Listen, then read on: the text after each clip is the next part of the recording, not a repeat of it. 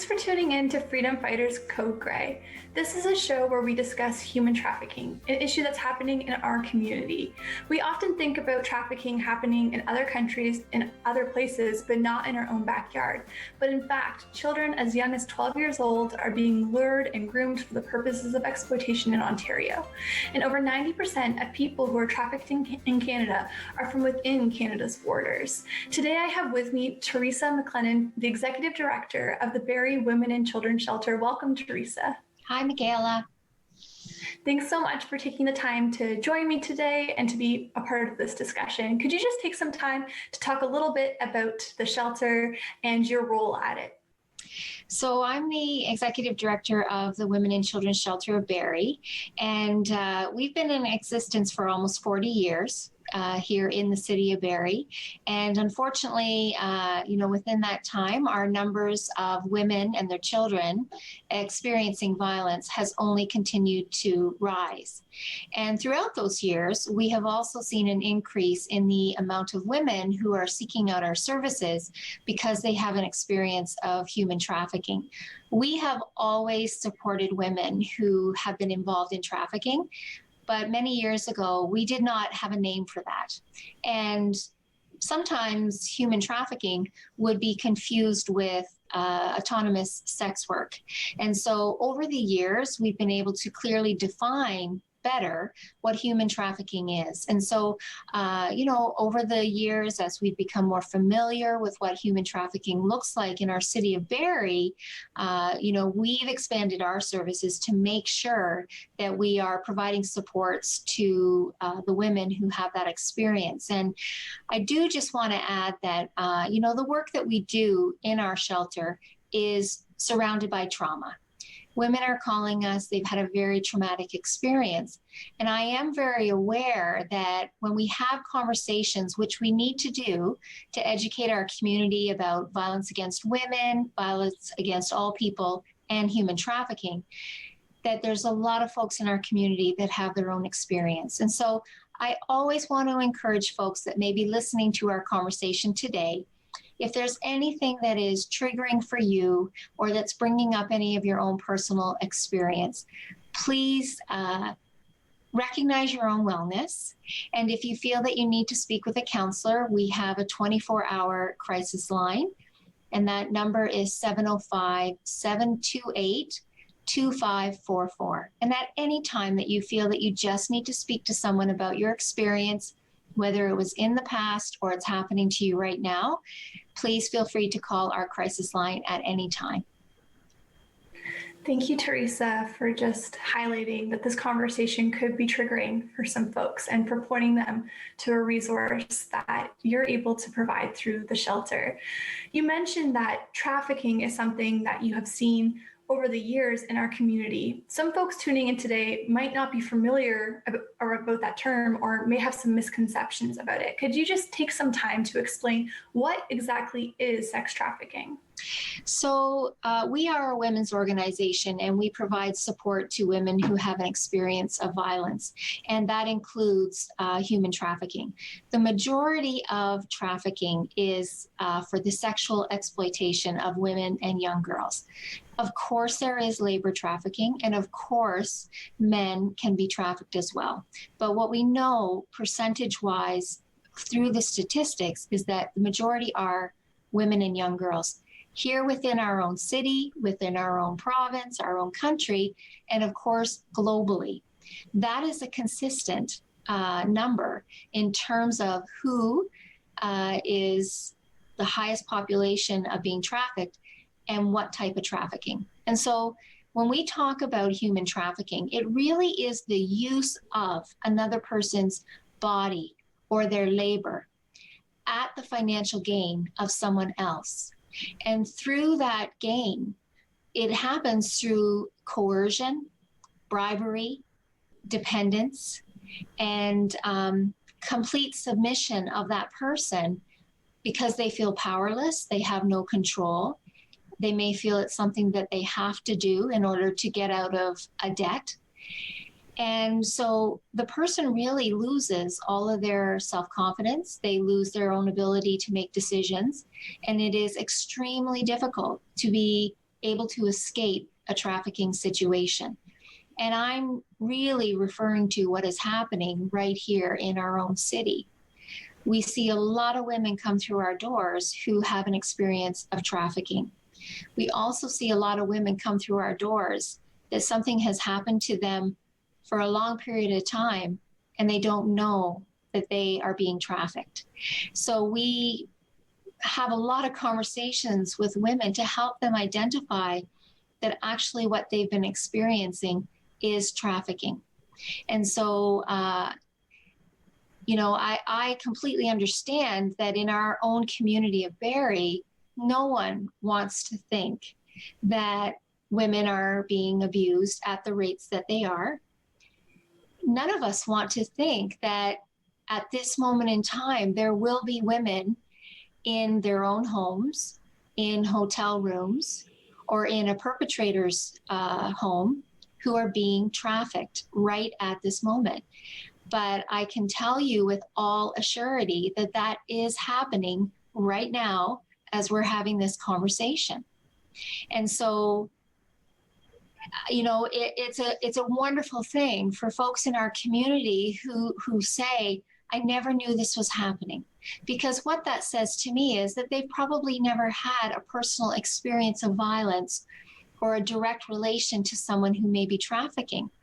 But that does not mean that it isn't happening, because it absolutely is happening. And Barrie is considered a gateway for human trafficking.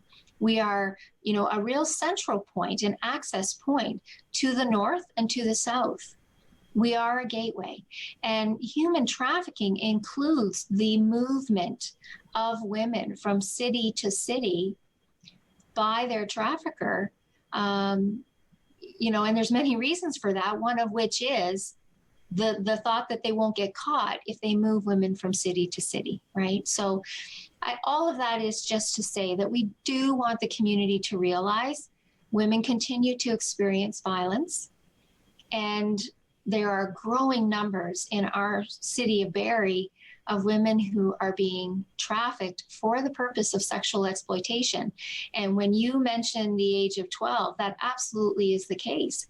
We are seeing younger and younger women who are being groomed, and they may be groomed by someone unknown to them, but quite often it is somebody who is known to them, a family member, who may be doing that initial grooming that will lead up to them being trafficked. So that's a very long explanation but it's a very big problem. Yeah. Thank you, Teresa, for just painting such a thorough picture of what trafficking is and what it looks like in our community. As you were sharing, some of the things that I think are super important to highlight that you helped explain is that women and girls are way overrepresented when it comes to sexual exploitation. And you mentioned globally, and we know that globally, 99% of the people who are trafficked are women and girls. And so it is a growing issue locally and also globally. You also mentioned that people who may have experienced trafficking may have never known that a crime has taken place, and that your team is able to come alongside them. And sometimes that individual can look back on their experience and then have a name for it. Could you explain a little bit about how someone might be able to identify a trafficking situation and what some common indicators are? Human trafficking, specifically sexual exploitation, can look very different because there is not one description of what that trafficking relationship, if we want to call it that, looks like. Because we have young high school women that will access our shelter or come into our shelter because they've had an experience of violence. And they may describe their trafficker as their boyfriend. He bought me nice things.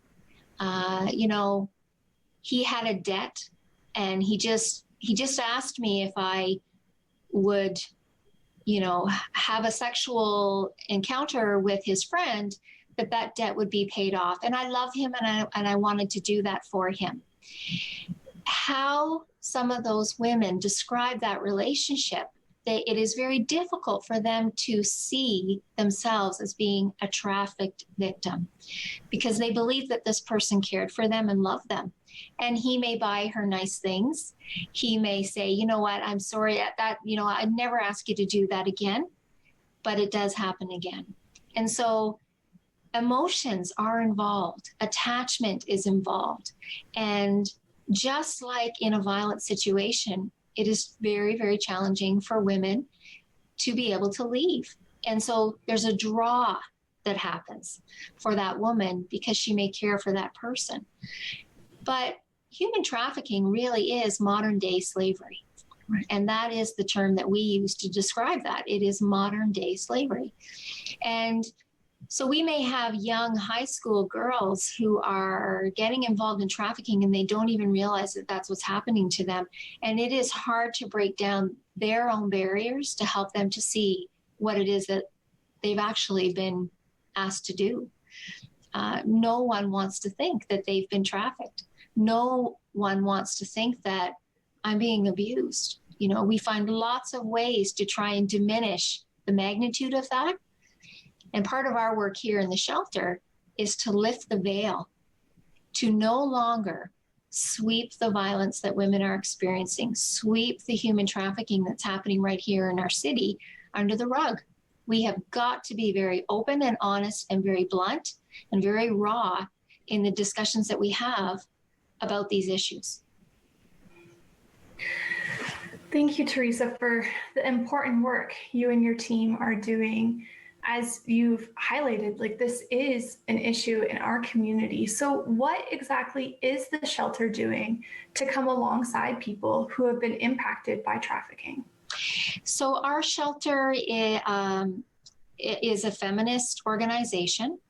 And so anyone who identifies as a woman who has an experience of violence, and human trafficking is violence, can call our crisis line. And our crisis line is 24 hours a day, 7 days a week. And we receive calls at all hours of the day and night. They can call us and speak to a counselor. They may want to come into our emergency shelter, and they can stay here, anyway up to 3 months. Sometimes if you're an immigrant or a refugee woman, that stay could be a lot longer because you may have a very unstable status in Canada, and you may need to stay a little bit longer. We will work with women where they are at. We don't have any expectations that a woman coming to us needs to be out of that trafficking situation. We believe in reducing barriers. So we would not say to a woman that you can't be involved in trafficking to come into our shelter. Some women are coming, they have some mental health issues. They are addicted to substances. And we will provide service to those women to the best that we can. We are not a mental health agency. We are not a substance use specialization agency. But we firmly believe that in order to support women and to help them, we cannot create barriers that would stop them from coming in. So when a woman, go ahead, Michaela.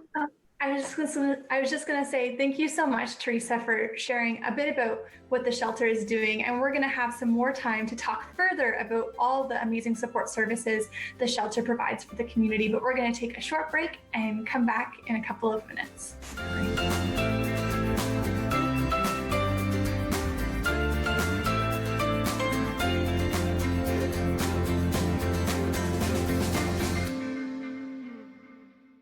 Growing up, I just felt this hatred for myself, and I stopped planning for the future because I didn't think I had one. Without United Way and the generosity of the whole organization, I don't even really know where I'd be.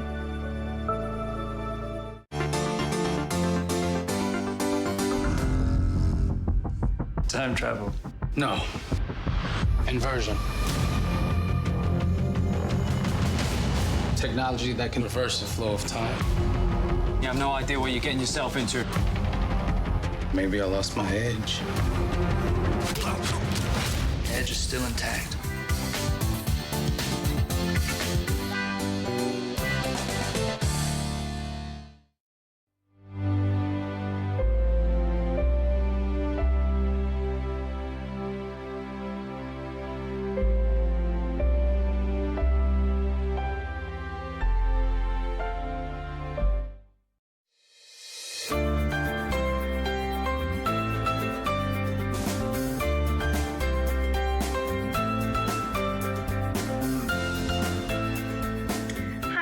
welcome back to Freedom Fighters Code Grey. Today I have with me a special guest, Teresa MacLennan, the Executive Director of the Barrie Women and Children's Shelter. Thanks so much, Teresa, for joining me today. Could you just take some time to share a bit about what services does the shelter specifically provide for people who are impacted by sex trafficking in our community?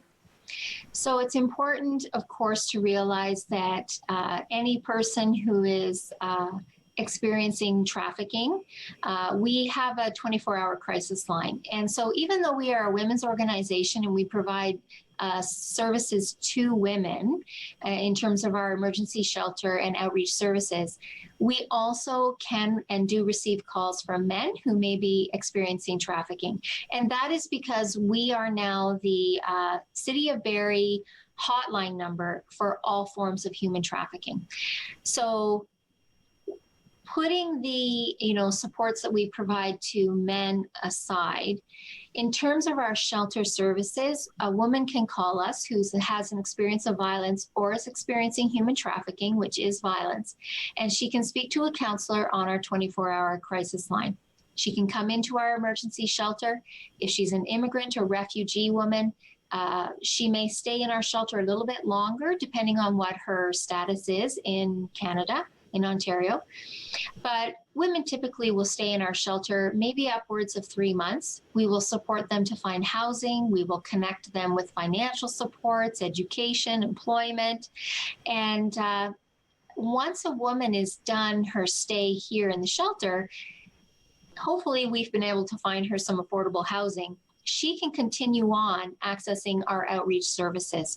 So that could be court support, that could be counseling, it'll be transition and housing support, and we will continue to support and work with that woman for as long as she needs to. There is no end date for a woman to access our outreach services, and at any time, if that woman is moved out into her own house and she finds herself in the situation where she's being trafficked again, any woman can call our shelter again, and she could come back into our shelter space. So we don't have any requirements in that, well, you've been in 3 times, you can't come again. We don't have any limitations with regards to that. And so we continue to provide support to women for many, many years after they've left the shelter. We have 27 partially funded beds in our shelter. We saw the need in the city of Barrie that when a woman was being trafficked and she needed to be able to leave right away, or she could leave right away, we needed to make sure that we had a bed available for her. So we have now pulled out 2 beds that are strictly dedicated to women who are being trafficked. We may have more than 2 women in our shelter who are being trafficked, and we usually do. But we wanted to make sure that at least we had 2 beds that were strictly available for those women. And unfortunately, we see a continual coming and going of those beds. Those beds are usually always full. And women may come in and stay for a while, and the lure of the trafficker may pull them back out, and they may go back to their trafficker. But that woman could call us a week later and she can come back in and we'll provide support. We know that a woman who's experiencing violence, it could take 8 to 12 times for that woman to truly be able to leave that situation. That is no different when she's involved in trafficking. So we really try to create a wraparound approach in our services to women. We start where women are at, what they define that they need, and try to move them along in their journey of healing from the trauma that they have experienced. And that trauma is very deep-rooted. It could have started from very early sexual assault, as a child. And it is very challenging to try and support the entire woman, a wounded woman who has this, life experience of trauma and abuse and human trafficking. Wow. Well, I'm just so thankful for all of the services the shelter is providing to people in need in our community, from providing beds to ensure that someone has a safe space and a roof over their head, to mental health and wellness support through counseling, through journeying with people and helping them aspire to their goals and their dreams. And I also love that the shelter is just so open to having women leave and come back, because that's so essential. We know that trauma and healing from trauma is not a linear process. So really coming alongside individuals every step of the way is so important. And I'm so grateful that the shelter is doing that. From your perspective and in your experience working in this field, why is barrier-free access to support so essential, particularly for individuals who have experienced trafficking? So from our experience, and it's such a great question, because women who've experienced trafficking, there's a lot of intersectionality of other experiences in their life. Might be mental health, might be addictions, sexual abuse, childhood sexual exploitation or abuse. It is very complex, the life experience and situations that women have.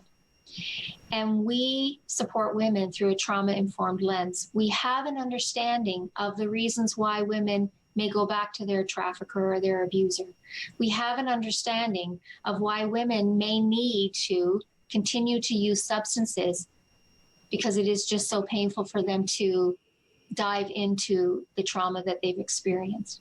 We understand why women may have so many mental health challenges, depression and anxiety and fear because of the experiences that they've had.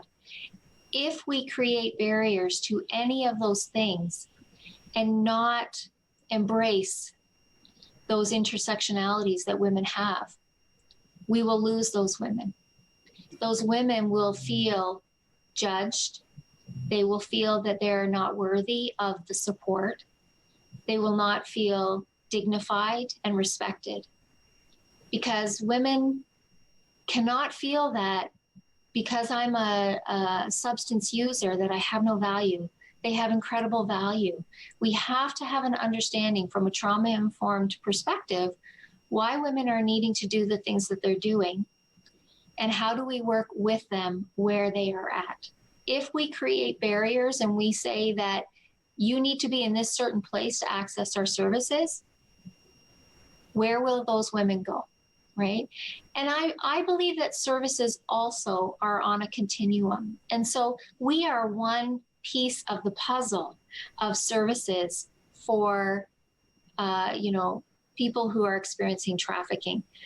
I believe that all of our services, your services that you provide, Michaela, police services, other services that are focused on human trafficking, we need to be complementary. We need to be supportive of each other. We need to have an understanding that there is no competition for service. We need to reduce our own barriers as service providers to create better service for folks who are being trafficked. And I firmly believe that we may not be the most appropriate service for somebody at whatever point they are in their journey. It could be your services, could be just police services, could be needing to find a different residential location that better meets their needs. As service providers providing wraparound service, that needs to be really okay with all of us. We need to work together and partner and realize that we can all be pieces of this puzzle that meets the needs of a woman on her journey, depending on where she's at. And that is so okay. So much truth and value to what you're sharing, that each person is a unique individual. And each individual who has been impacted by exploitation has a different experience and unique needs, unique dreams and hopes for the future. And even amongst service providers, different organizations have different objectives or different services that they're able to offer to someone. So working together in collaboration, I think, is absolutely and essentially key in the fight against trafficking, whether that's prevention, outreach, supporting individuals when they're able to exit, legal services. There's so many aspects to this issue that we need to come together from an interdisciplinary perspective to be able to provide the best possible solutions for people who are on their healing journey. What would you say to someone who currently feels trapped in a situation and they feel like there's no way out? Any person at any time who's involved in trafficking can call our crisis line, and there are no time limits to when that can occur. So what we ask is for folks to assess their safety in being able to call. So we get calls in the 3 o'clock in the morning from a woman calling from her closet, and she's on her cell phone saying, "I need to get out. Can you help me?" Please make the call to our crisis line if you just want to talk about your situation and want to know what your options are. What we endeavor to do when we get a phone call from someone, and they could be anywhere, we are going to endeavor to get them here into our shelter. So we will send cabs, we will send Ubers, we will find a way to get that person here to safety. In our conversation with folks on our crisis line, we are always talking about how to leave safely. We will help you to create a safety plan. Women know, my abuser, my trafficker is going to be gone between this time and this time. We will work with them. Let's create a plan around that time. So I just really encourage anyone who is experiencing trafficking, or even if you have questions about something that's happening to you and you think, maybe that is what's happening to me. You can call our crisis line and just speak to someone, tease it out, ask questions.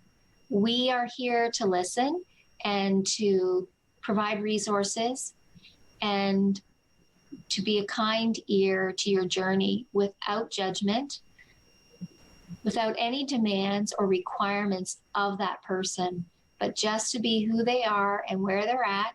That's all that we need from the person.